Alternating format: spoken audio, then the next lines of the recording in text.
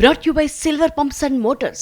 Top quality और consistent performance के लिए सिर्फ सिल्वर पंप्स नाम याद रखना. వైసీపీని ఖాళీ చేయడమే కూటమి లక్ష్యం అంటున్నారు ఏపీ బీజేపీ నేత ఎమ్మెల్సీ సోమవీర్రాజు. ఆంధ్ర నుంచి వస్తోంది. 3 కూటమి పార్టీలు బలపడేలా పాలన జరుగుతోంది అన్నారు. స్వర్ణాంధ్ర విజన్ 2047 సాకారం కోసం కృషి చేస్తున్నామన్నారు.